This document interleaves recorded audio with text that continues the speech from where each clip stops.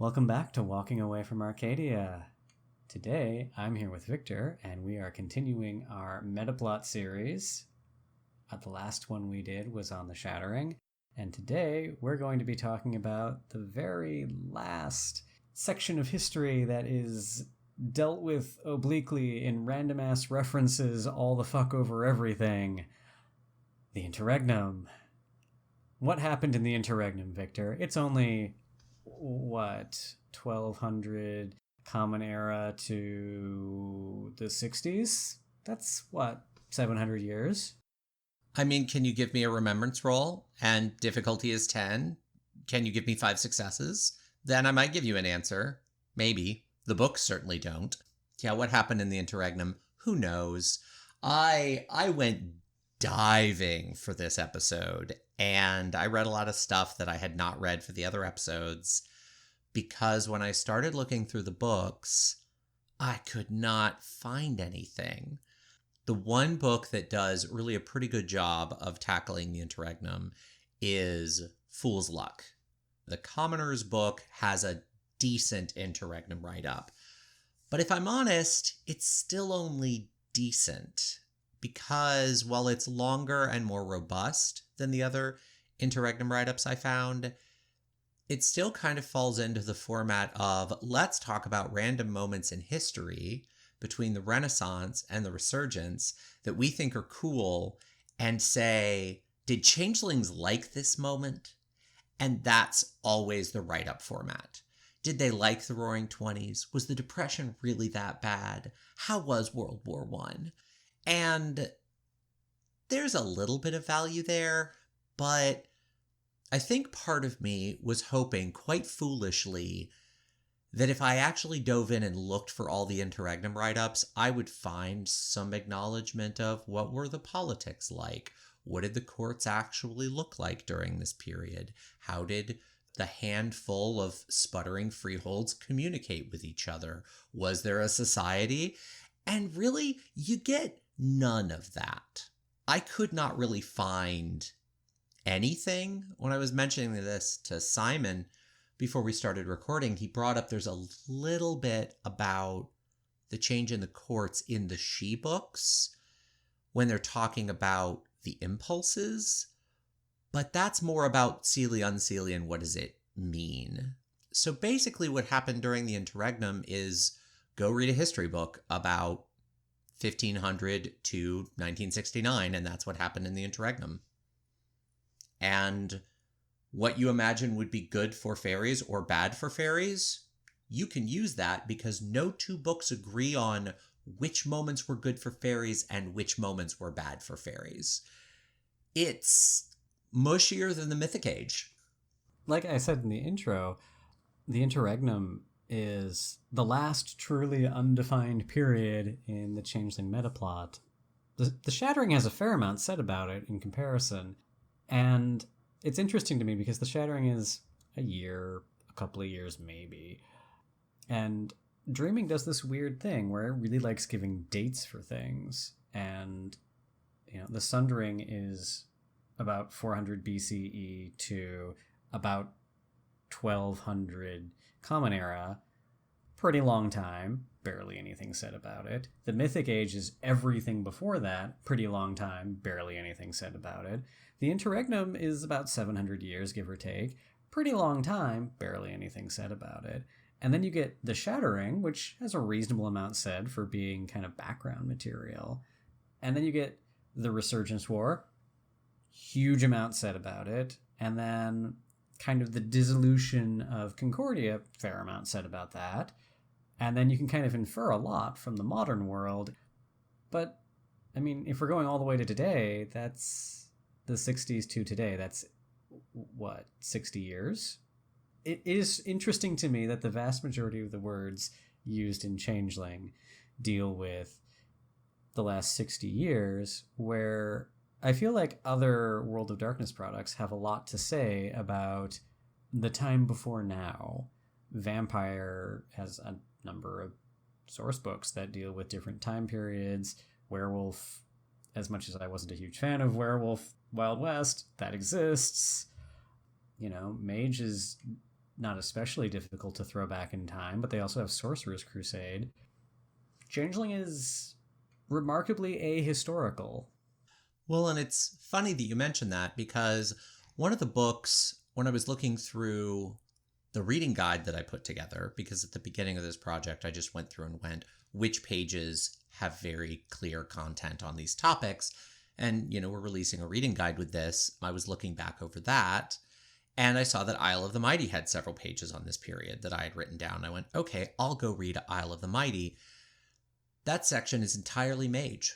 That's all about the Order of Reason, which Isle of Mighty is a mage changeling crossover book, so no shade about that. But I read it and I realized that there's actually more text in the changeling line in Isle of the Mighty about the societies and social structures and specific political events for mage in this era than there is for changeling. Well, that's like Rage Across Appalachia. Like, I remember reading that and being like, a werewolf changeling crossover. Like, this is something that really needs to exist because, oh my god, do they have a lot in common? At least, like, superficially. And it's a werewolf book where somebody appended some of the old Changeling the Dreaming Player's Guide on the end, and they don't have anything at all to do with each other. Yeah, I mean, I would say Isle of the Mighty does a better job of merging the two things, but it is a similar phenomenon. So the Interregnum, which means the pause, is the whole period of time between when the Sidhe leave during the Shattering and their cowardly fleeing of the world, which is how it's generally depicted. It's even kind of depicted that way in some of the Sidhe books. Less so, but it kind of reads like, we're not going to acknowledge how awful this was. But all the commoner books pretty much call them out on being total cowards for it. Even when I read the Troll Kith book, because I dove into the Kith books for this one, the trolls were like, no, the Sidhe were total cowards. They were cowards. I was impressed to see that in a troll book, actually. The Sidhe leave, and originally the Interregnum was this long period where the commoners ruled everything. And then pretty early in first edition in the Shining Host, they introduced the Skaha, but they don't fully flesh out the whole Skaha Interregnum thing. And then I think the first time I saw the Skaha and the fact that they stayed during the Interregnum and were different from the other Sidhe really clearly invoked was Book of Houses 2. It's kind of vaguely mentioned in the Liam chapter of Book of Houses 1, but it's not really obvious what you're reading. It's very distinct in the Balor chapter of Book of Houses 2. And so it's clear they stayed behind. Then I got to the actual Skaha write-up in the third Book of Houses, Book of Lost Houses. There's one paragraph on the Interregnum, and it is the copy pasta Interregnum description text from every other book. And I was like, this is the one house that stayed.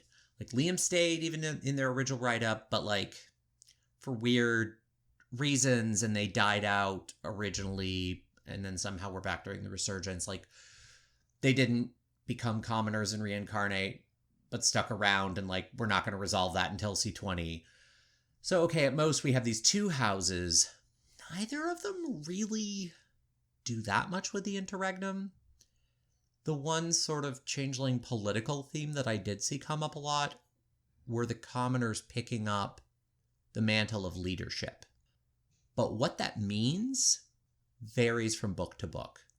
Sometimes it's noble commoners taking up the role of the Sidhe and claiming title and running things in the old feudal manner. Sometimes it's, well, we don't have any leaders, so let's be egalitarian. What does that mean? And it's always just a sentence. They never actually paint a picture. And I think maybe in the early books, the Interregnum wasn't meant to be playable, but it's such a great period to actually play. Does anything jump out to you, Simon, in terms of the actual politics and society, and anything you can think of that paints some of that for you that maybe I missed? The thing that got me about Skaha's Interregnum write-up was that they do this weird, have their cake and eat it too thing, where they mention that they're still around during the Interregnum, and they kind of just fold into society because nobody really remembers what they are. And then they show up in like a blaze of glory and fix some problems, but generally they support the cause of egalitarianism and democracy wherever they happen to exist. And then in the Resurgence War, they sided with the nobles, who are feudalists. And you're just kind of left going, well, these two things don't line up at all. I have a hard time with Skaha because their intro is an interregnum story, and it's legitimately good. Like, it provides a really good, like, narrative example of like what went on during the interregnum, because on the one side you have this Skaha knight who is a French resistance fighter, and on the other side you have this Nazi redcap who is a Nazi redcap, and like you can have this whole messy picture about how this historical event was good for some of the Fae and bad for some of the other Fae, and none of that is reflected in Skaha's actual interregnum write-up. And the feeling I get about everything I read about the Interregnum was missed opportunity. Even in the player's guide, the Nunihi write-ups for this are a missed opportunity because they shy away from ever really confronting what Manifest Destiny and colonialism did to the indigenous people of North America, and that leaves no history to be dealt with. They're just ahistorical changelings like everybody else. I definitely ran into some of that as well. They try to deal with the Nunyahi a little bit in the Fool's Luck Interregnum write-up, and I have to admit I was not a fan. I'm used to seeing one of two takes on the Nunyahi. I'm used to either seeing like hardcore Cathana's colonialist villain, the Island Ed chapter of the first book of Houses, where it's like, it's our point of view, but we're going to make this gross to read, and you're supposed to take it as gross to read. Okay, I can get behind that. Or the sort of like soppy Aileel approach, which is, well, yeah, we screwed them over real bad, and we're wrong. We were wrong. We were very wrong. I don't love that write-up because it doesn't do much, but it at least acknowledges the dynamic. The stuff I saw in the Interregnum section, especially in Book of Commoners, just sort of went, oh yeah, colonialism. The Nunihi had every right to protect themselves, of course, but like, meh, not my problem. And like, it wasn't, we're the villain, and that's clearly not the framing of that book. And it wasn't, we're responsible for this, maybe we should do something in the moment to like make it better moving forward. It just shrugged at the whole thing. And in a rare moment, I really wish it had been left out entirely. It kind of does speak to what happened with indigenous cultures during this period of time. There are a couple exceptions to that, but largely. But it just felt like I didn't understand why the author took the time to write it, other than to just feel kind of like, meh. So that's kind of what the canon has to say about the history from the perspective of commoners as a kith and the Sidhe as a kith, and how Dreaming didn't have an appropriate perspective to handle the Nunyahi. Did you find anything in the individual kith books that was like inspiring or at least interesting? Like, I imagine the Knockers at least must have a lot to say about the rise of industrialism and like tinkering and invention, right? They do. I would say the Interregnum write-ups in the Kith books, and I have to admit I didn't get through all of them. I did read Knocker, and Knockers do have a lot to say about the Industrial Revolution, and so do the Boggans. It's interesting, actually, the way those two kiths dealt with that period of time. The Boggans were more engaged with it than you'd expect, but the thing about the individual kith books and the Interregnum is they all seem to be written from the point of view of which stories did we thrive during? where were the moments where we really came into our own? The Seder Kith book had a decent write-up on like the lead up to the resurgence, when you're still in the Interregnum and, you know, free love and those dynamics.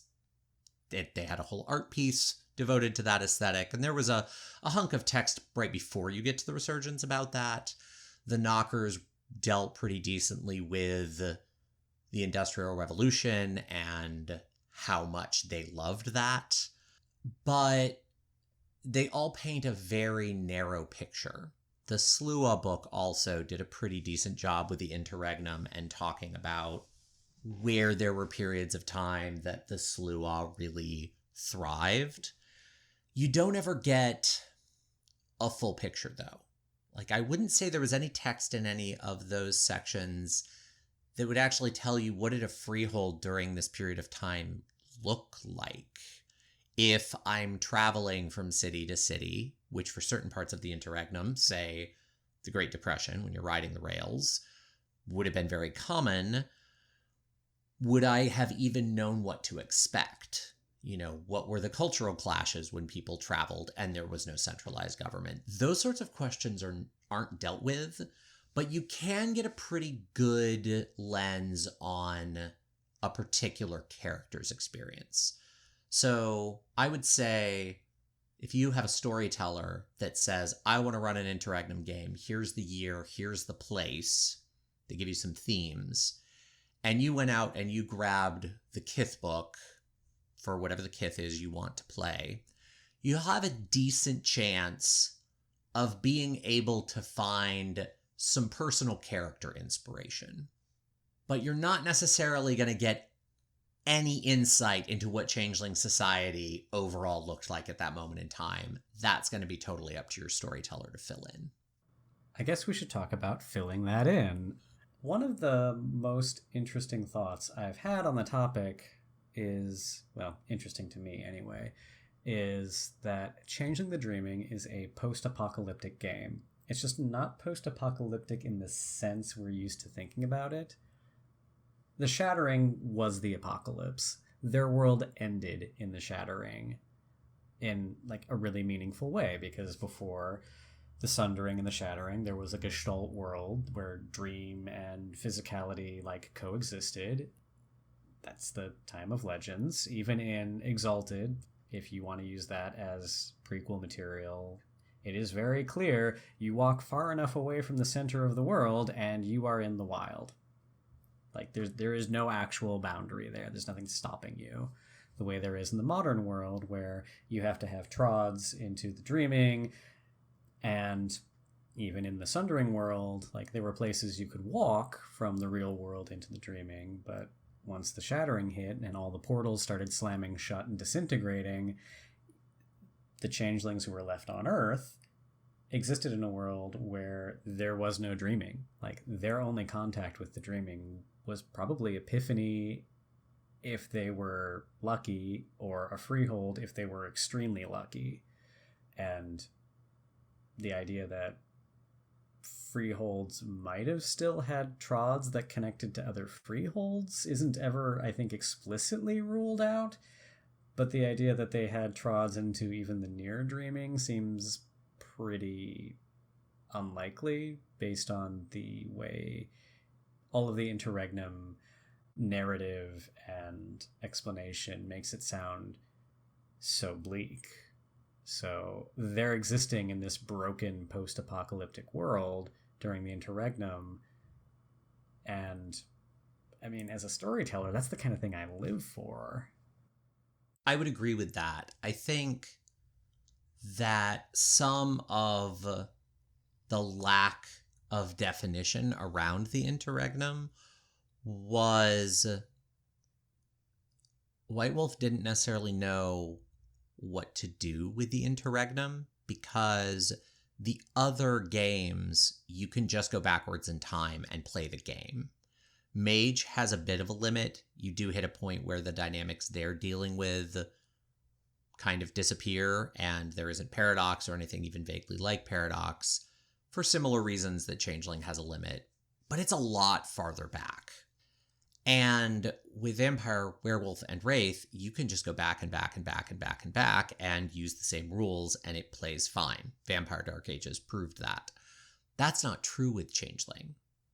I mean, how do you run Changeling in a world with no freeholds? Or next to no freeholds? How do you run Changeling without the She or the Parliament of Dreams or any of the title infrastructure that, honestly, I'm not a huge fan of playing those stories, but a lot of people are. It's a big part of the game. And I think there was just a view that, like, how do we even paint this picture? Chronos didn't exist. Sovereign didn't exist. Naming didn't exist. The time realm didn't exist. What are you left with? Thinking from that kind of first, second ed mindset. And it's tricky, but at the same time, the themes are so thrilling. And Simon and I have both, at this point, at different times and with different systems, run a long-form Interregnum game. I think we did our games pretty differently. But, when you went through that process, what did you find really worked for telling stories in this setting?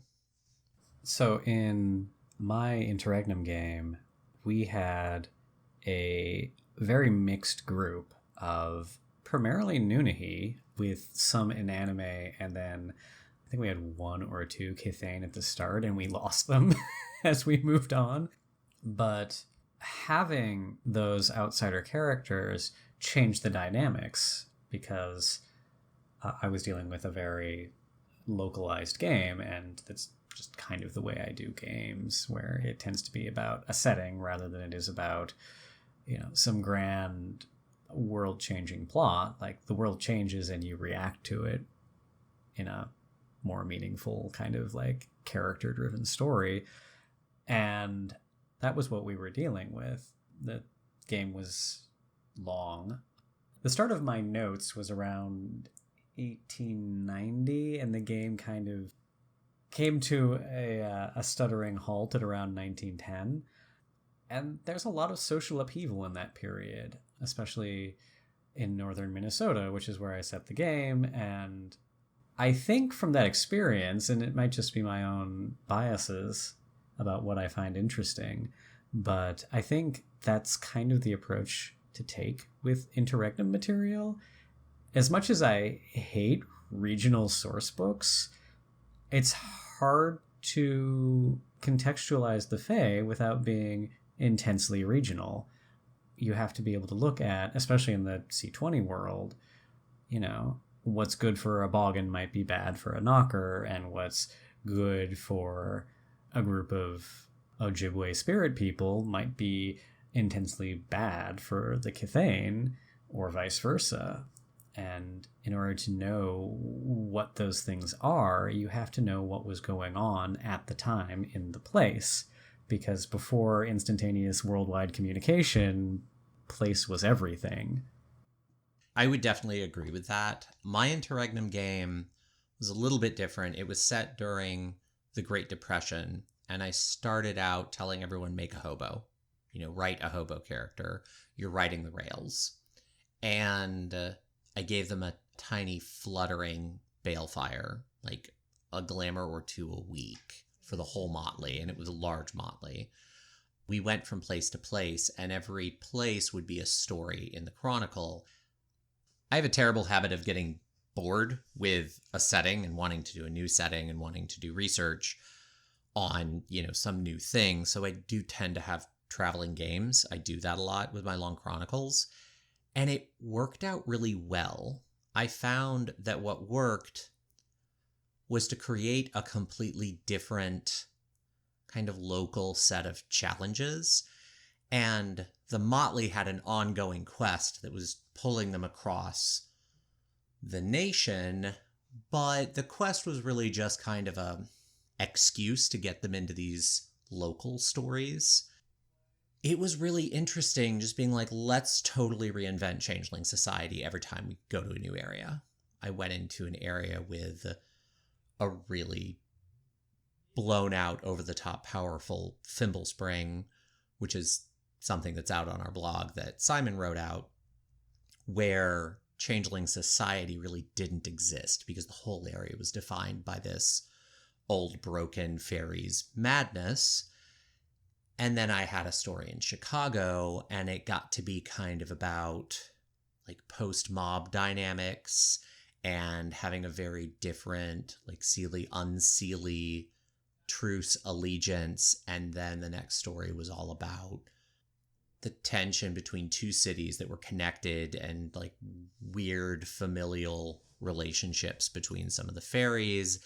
And now I have them out in San Francisco, and you can feel like the beginnings of the dream that will become the Accordance War in 3 decades. They're there like a year before the Golden Gate Bridge was open, so they can see it being built, and getting to really touch on the themes of like the hidden dreams that couldn't fully manifest yet in that moment. You know, it's set in this moment in time after the New Deal was passed, but before it was implemented, and we've played around with that sort of thing. But everything does end up being really, really local, and I like that a lot.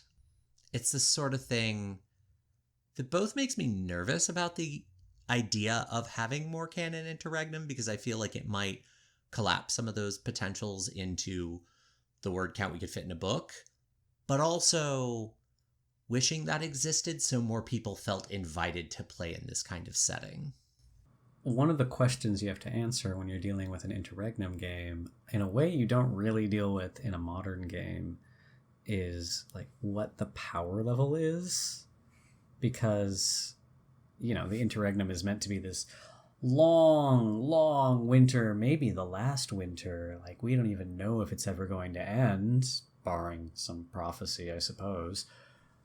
But you have to sit down and, as a storyteller, think about like, how many dreamers are there in this area? Like, is there a reason for them to be there? Who are their dreams compatible with, if anyone, in the player group?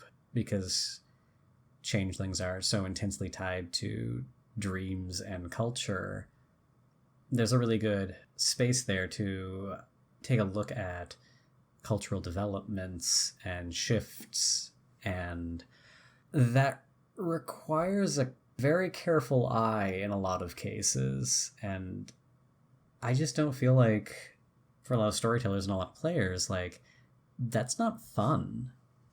And I don't really know how to make people think that's fun other than having source books for it, you know, where it's already done. I guess for me, what I wish existed for the interregnum was something a little bit like the Dark Eras book or books for Chronicles of Darkness, where they have these 2 books they've released, and every chapter is a particular time period paired with a particular game in the Chronicles of Darkness line. Now, the Dark Eras books are huge, and they provide content for 8 games, 9 games. I forget how many different games they're covering now. And that is way beyond the scope of what the interregnum would need. The interregnum only needs to cover 500-600 years, maybe 700, depending on which outbreak of the Black Death you decide is the shattering for your particular game. But that idea of, here's a location and a time, and we're going to dig in and be like, what is the dream dynamic in this place? What is the dream dynamic in 1540 Venice? After the church has come in and done their inquisition, after the shattering is done, but only just barely. And what does it mean to try to eke by an existence there, as opposed to, you know, we're going to do a book on the West Coast of the United States during the Great Depression and deal with the people coming out here to log and grinding themselves to death, and the hobo camps, and but also Hollywood and what that gave to people at the time. There are a bunch of other times that you could pluck and use there. You know, high Victorian England and all the labor movements, and what would that mean for like redcaps or even boggins, who are very tied up in labor and wanting to be respected, or maybe wanting to be traditional and not make waves, there are a lot of stories you could tell there. You could also go much more traditional fairy in this time period still, especially the first half of the Interregnum in Europe. You could still do that and, see still trying to grasp at keeping that old belief alive. But I think it would need to be a bunch of different things that were intentionally different, with some text that said any other split-second moment in time and place in the Interregnum is going to be as different as these chapters are from each other, and invite that. So how do you see that playing in with Changeling's somewhat unique problem of continually having different systems? I know how I answered that question, and that was to pick the system I found the most flexible, and that happened to not be Modern Dreaming. That was Dark Ages Fae. But when you get into a game where the entire system is completely different depending on the time period, and sometimes the creature you're using as a player character, it feels like that's a really big rabbit hole that you could potentially fall down and never really come out of. Yeah, I think I have two different answers to that question. I think the first answer to that question is, from a narrative standpoint, how do you tackle system? And there's a big question mark about, is Dark Ages Fae a prequel to Changeling? C20 has been written from the point of view that it is. When Dark Ages Fae was originally written, the lead developer has been quite public that, yes, he wrote it with that in mind. A lot of players don't feel that way about it.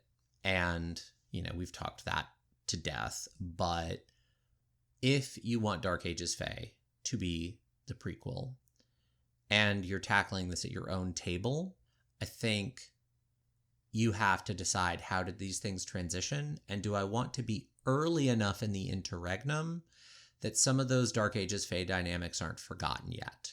Because the way Dark Ages Fae is written, it's very clear you're in the final battles before the shattering. Because there's all this stuff in that book about the sudden change that is coming, and the fairy oracles can see that it's going to happen, but they can't see what it is, and they're very clearly talking about the shattering.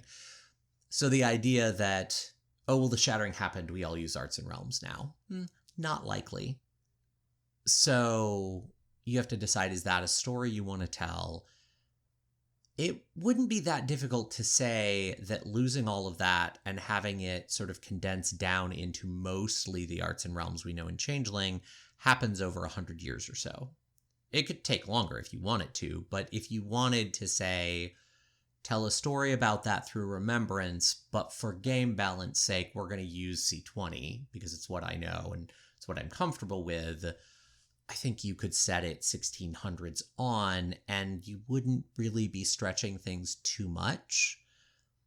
The thing that I'll say, having now run a 1.5 year long Interregnum game with the C20 rules as written, I'm a little stingy with glamour, but that's about the only change that I made, mostly just because I didn't want to teach everyone an ad hoc set of rules as I went, and I wasn't playing with a lot of very experienced Changeling players.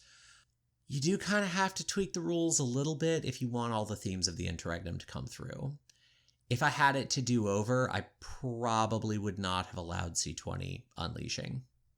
With different players, maybe it would be fine. My players have not used unleashing in a way that taps the desperation of the Interregnum. They have used unleashing in a way that taps the tendency of power gamers. And I've kind of had to wrangle with that a little bit. I thankfully talked them out of that, but my second story just blew up because of that. I think, from your own table, I think it can be complicated, but it's only as complicated as you choose to let it be. It's pretty easy to say, no, I'm not doing that. We want to play a game and I want to have a setting, but I want the reliability of published rules. I think from a product standpoint, if I weren't talking about an individual person who can golden rule whatever they need to, what would I want to see in that sort of multi-setting Interregnum book I just described? I think I would want a book that presented each setting and then sort of presented, is this a Dark Ages Fae setting? Is this a C20 setting? Or is this a maybe both setting from a rules standpoint? But do it in a way that's spelled out for someone who picks the book up. So maybe you do that Venetian setting, and there's a little page that says, this setting is written with the expectation that you're going to use the Dark Ages Fae rules. Here are a couple recommended modifications to kind of set the mood and invoke the themes that magic is losing its dynamism. So Dark Ages Fae, but maybe you can't unleash to learn a new art. Like maybe you have to go out and really learn arts, and that's only happened in the last couple decades, and it's new and terrifying, and it's a thing that impacts changeling society. So you make it an in-world narrative thing as well as, a system. But then maybe that, Dust Bowl game I described, we're 30 years from the Resurgence, 34 years in the exact year I've set my game. You're using C20 rules. Maybe Unleashing doesn't come back till the Resurgence. And it says, if you want to make this a really restrained, claustrophobic game, don't allow Unleashing. Here are recommendations for how frequent freeholds should be. Maybe holding costs triple, a couple very discrete modifications that invoke theme. But if you have something in the 1700s, maybe there's a recommendation for how you merge the two. You could be really ambitious and actually write up a merged system, or you could say any individual fairy is going to use one of these two systems. We're not going to actually mush this up for you. Here's how you could reconcile combat between a more modern changeling and a lingering Dark Ages Fae that hasn't quite become lost yet. I think there's an interesting pitch for that, as long as the person developing it was very disciplined about not overdeveloping it. And again, that's just about making it accessible to a new person picking the book up. There are a few places where the needs of moving from that, whatever the Fae were before they were changelings, to what they are now as changelings narrative, requires a little bit of imagination. One of the questions I find most interesting about the first couple of generations of changelings is the potential of discovering that they reincarnate and discovering that remembrance is a thing. Because unless you're going with the line that they sometimes use in Dreaming, where the changeling wave predates the shattering and that some perverts have done this before, generally it wouldn't be known entirely what the outcome of the changeling way ritual is, and that first death for changelings would be terrifying. Assume you have a highly traditionalist freehold where some Arcadian she's stuck behind for God knows what reason, and they have a bunch of changeling commoners now, and the lord or the lady dies, and they die because they're Arcadian and they stay dead. All of the commoners are suddenly confronted with their own mortality, and then 30, 40 years, one of them reincarnates, and then another one reincarnates, another one reincarnates, and all of them have some kind of spotty remembrance. And it subverts the whole fear of death narrative in a way that it doesn't really get away from the fear of death, because remembrance, even with 5 dots of remembrance, you're not the same person. You just have their memories. And what does society look like when everybody's assuming that this is it, we're all dead whenever our human bodies die, and then the repercussions rippling through society of, well, we're not dead, I guess, but we're also, what does any of this mean? And the development of the arts, the development of the realms, all of these inventions are completely unaddressed in the official Interregnum narrative, because the Arcadians come back with arts and realms, and why do they have them? We don't know. It's just the way the Fae are, obviously. These are just the things we've always done, and it's the theme for this episode, I guess. Missed opportunities. Well, and the Arcadians coming back brings up a topic about the Interregnum that we really need to tackle, and that is, did anything written in any of the Changeling books about the Interregnum actually happen? You know, we always kind of have the conversation about Misty Remembrance, and especially like the Mythic Age. It's very, very intense, and it's very much implied that this is a narrative that's shifted over time that is sort of symbolically representative of something like it that maybe happened at some point. Okay, it's also the Mythic Age, and that's not all that impactful. If you're talking about the Interregnum, though, it could be very impactful because there was a war that happened right after the Resurgence that was about taking back power and control. But what is power and control to the Fae? It's identity and names and story and narrative. And, there's a lot of weird stuff going on with the Nunyahi and the Inanime. One of the things that we haven't brought up, Simon mentioned having Inanime in his Interregnum game. I have Inanime in my Interregnum game. Because the Interregnum story for the Inanime isn't useful, and the Interregnum story for the Inanime is, we were asleep, y'all, thanks. That's the whole story. So, there are tidbits in a couple of the books that imply that true reshaping really does happen in Changeling without going back to sort of Dark Ages Fae or Exalted. It is hinted in a couple of the books, especially the books of Houses. It shows up occasionally.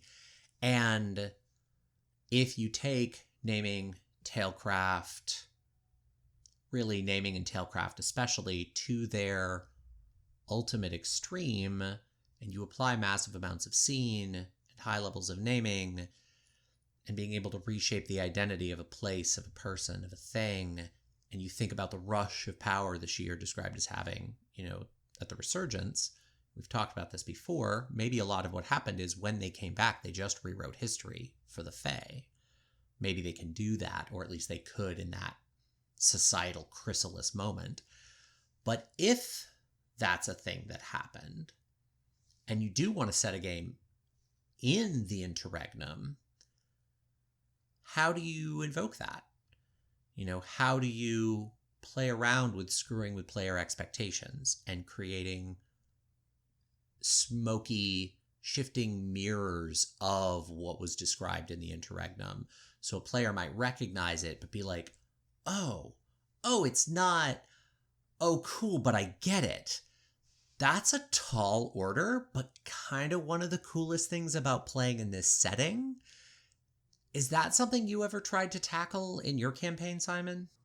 Now, I never tried to do that explicitly. I had a couple of characters who were in anime who were reflections of the way people view Lake Superior, because northern Minnesota, the Iron Range, Lake Superior, all that. And one of them is the horrible, devouring protector of Lake Superior that the Ojibwe saw when they looked at Lake Superior. And the other one was the tamed avenue for shipping that occasionally just ate boats that white people and industrialists in particular saw when they looked at Lake Superior.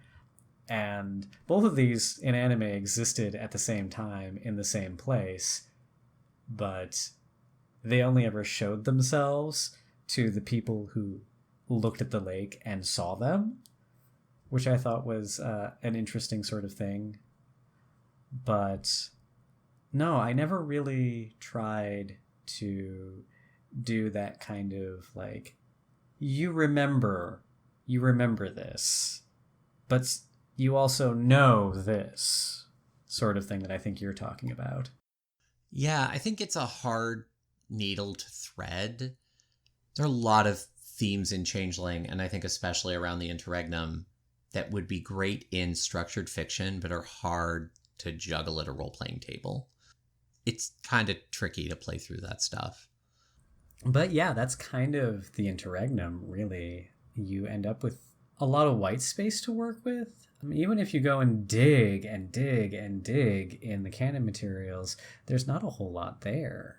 It's just a lot of the same stuff over and over and over again from very slightly different angles, because White Wolf kind of shied away from dealing with what the Fae would have been up to in the interregnum, I think.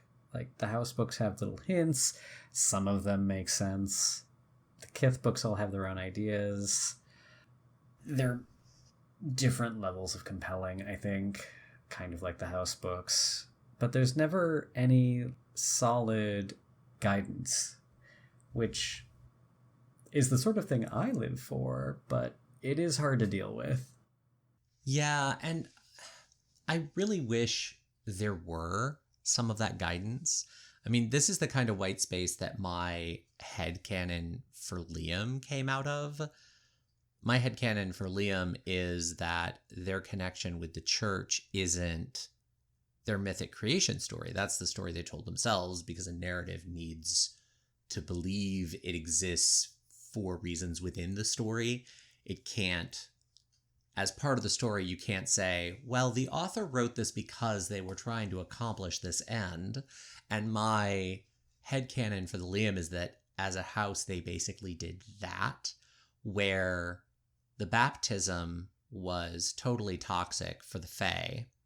And shortly before the shattering, but then also through the shattering, the real reason they stayed behind was they were absolutely determined to undo the power of the baptism.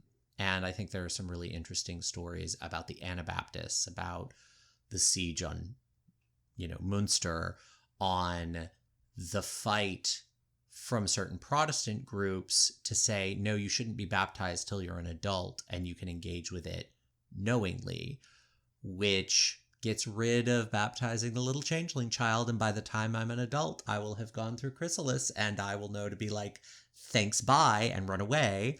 And depending on when in the interregnum is, you might be hunted as a witch, but it gives you a way out. It was one step towards breaking that weapon. And the Liam had to totally subsume themselves into the story of the church to get close enough to do that. And it changed them. And it changed everyone else's memories of them. And I think that's really fascinating. Or their house founder could have just had the hots for a nun and had an unfortunate run-in. I mean, that works too, I guess. I feel like the white space is really inviting, but it's a tall order for most gamers.